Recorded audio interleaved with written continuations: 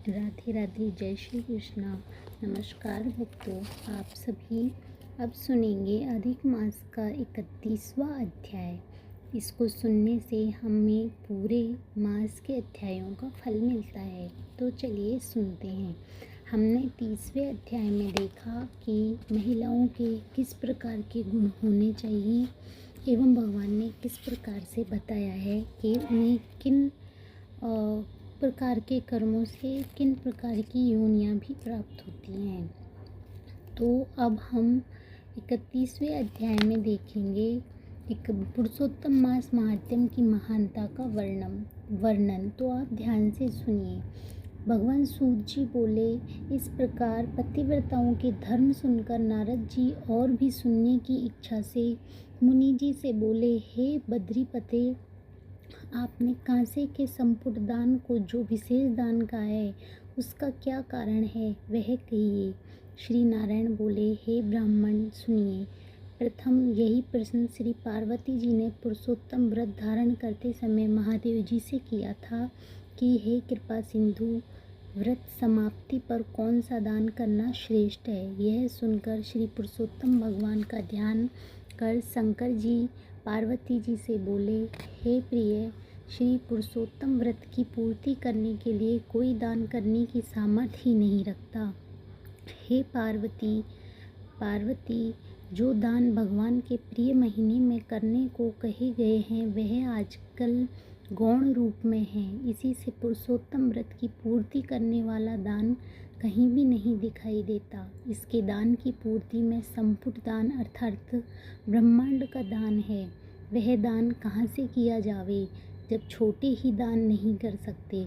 उसी ब्रह्मांड का प्रतिनिधि कांसे का संपुट थाल या परात बनवाएं, उसमें 30 मालपुआ रखकर संपुट कर सूत से लपेटें तथा ब्राह्मण पूजन कर उसे व्रत पूर्ति के लिए प्रसन्नता से दे। अगर शक्ति हो तो इस व्रत के 30 संपुट वेद पाठी विद्वान ब्राह्मण को दान करें। इस प्रकार पार्वती जी महादेव जी के वचन सुन अत्यंत प्रसन्न हुई और 30 ब्राह्मणों को 30 संपुट प्रसन्नता पूर्वक दान किए। श्री सूत जी बोले, हे ब्राह्मणों, श्री नारायण के वचन सुनकर नारद जी प्रणाम करके फिर बोले, मैंने इन सब कथा को सुनकर यह निश्चय किया है कि सब व्रत नियमों से पुरुषोत्तम मास का व्रत सर्वश्रेष्ठ है। इसके महात्म मात्र सुनने से ही मनुष्य सब पापों से मुक्त हो जाता है और जो भक्तिपूर्वक विधि विधान से इसके व्रत नियम का पालन करे तो उसके फल का कहना ही क्या है। श्री सूत जी बोले, यह सब सुनाकर श्री नारायण मौन हो गए। तब श्री नारद जी ने उन्हें प्रणाम किया। जो मनुष्य भारतवर्ष में जन्म पाकर भी इस श्रेष्ठ पुरुषोत्तम मास महात्म्य को नहीं सुनते तथा में वर्णित धर्म नहीं करते हैं, वे नराधम हैं। वे दुर्गामी बार बार जन्म मरण के चक्कर में पड़कर धन, पुत्र, मित्र तथा स्त्री के दुख को पाते हैं। वे ही पुरुष धन्य हैं जो भगवान के इस मास का व्रत करते हैं। इंद्रुग्न, शत्रुघ्न, यौवनासु तथा भागीरथी आदि राजा श्री पुरुषोत्तम भगवान की आराधना करके उनकी शरण पा गए। श्री गोवर्धन गिरिराज जी को धारण करने वाले गोप रूपी गोपाल, गोकुल एवं गोपियों के प्यारे भगवान को प्रणाम करता हूँ। इस महामंत्र के महात्म्य कौंडिन्य महीने भर जप करने से भगवान की शरण को प्राप्त हो गए तथा इसी प्रकार भगवान का श्याम सुंदर 2 भुजा मुरलीधर पीताम्बरी श्री राधिका जी के साथ विराजमान का ध्यान करते समय बिताने वाला अपनी मन की कामना पूर्ण करता है। यह धर्म छिपा हुआ है, हर किसी को इसे सुनना चाहिए।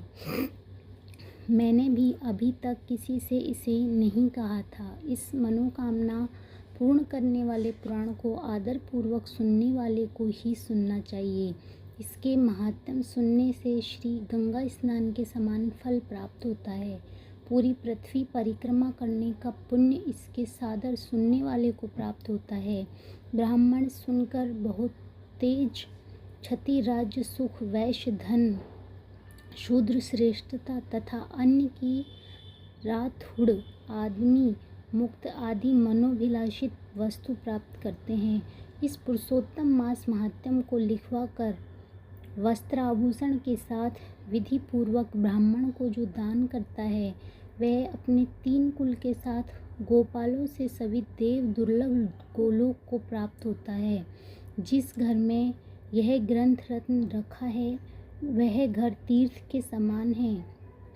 इस प्रकार अत्यंत पुण्यदायक पुरुषोत्तम मास के महात्म्य को सुनकर विस्मित हुए और विनय पूर्वक सूत जी से बोले, हे सूत जी, आप धन्य हैं। बड़ी बुद्धि वाले सूत जी, आपके मुख से कथा रूपी अमृत पान करके हम सब कृतार्थ हो गए। हे सूत जी, जब तक भगवान की पवित्र कीर्ति छाई हुई है आप हमारे बीच में बैठे भगवान की मनोहर कथाएं सुनाते रहें। उन ब्राह्मणों से अनेक आशीर्वाद प्राप्त करके सूत जी उन ऋषियों की परिक्रमा करके नमस्कार कर नित्य कर्म करने चले गए। तब मुनिगण आपस में कहने लगे कि यह पुरुषोत्तम मास का सर्वश्रेष्ठ और दिव्य महात्म्य अभिष्ट मनोरथ की पूर्ति करने में वस्तुतः कल्प वृक्ष ही है। तो जो भी मनुष्य इसको करेगा, जो श्रद्धा पूर्वक इसको सुनेगा एवं भगवान की बताई हुई बातों को अपने जीवन में उतारेगा, भगवान उसकी सारी मनोकामनाओं को पूर्ण करके अंततः उन्हें अपने पास बुला लेंगे। यह मुक्ति का एक सर्वश्रेष्ठ रास्ता है, यह पाप मुक्ति का एक सर्वश्रेष्ठ रास्ता है। मुनिगण सब प्रसन्नता पूर्वक इस कथा का स्मरण कर अपने अपने मन में दृढ़ संकल्प करते हैं कि हम भी इसी प्रकार से करेंगे जिस प्रकार भगवान सूत जी ने हमें बताया है।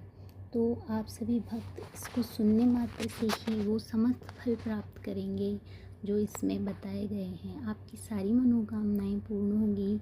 धन्यवाद। बोलिए भगवान पुरुषोत्तम की जय। आप सभी भक्त हाथ जोड़कर एक बार फिर से मेरे साथ बोलिए, पुरुषोत्तम भगवान की जय। श्री वृद्धनारदीय पुरुषोत्तम मास महात्म्य 31वां अध्याय समाप्त। इस प्रकार हमारा 31वां अध्याय समाप्त होता है। धन्यवाद। आप सभी मेरे चैनल को लाइक, शेयर और सब्सक्राइब करना बिल्कुल ना भूलिए। धन्यवाद। भगवान आपकी सारी मनोकामनाएं पूर्ण करे। जय श्री कृष्णा। राधे राधे।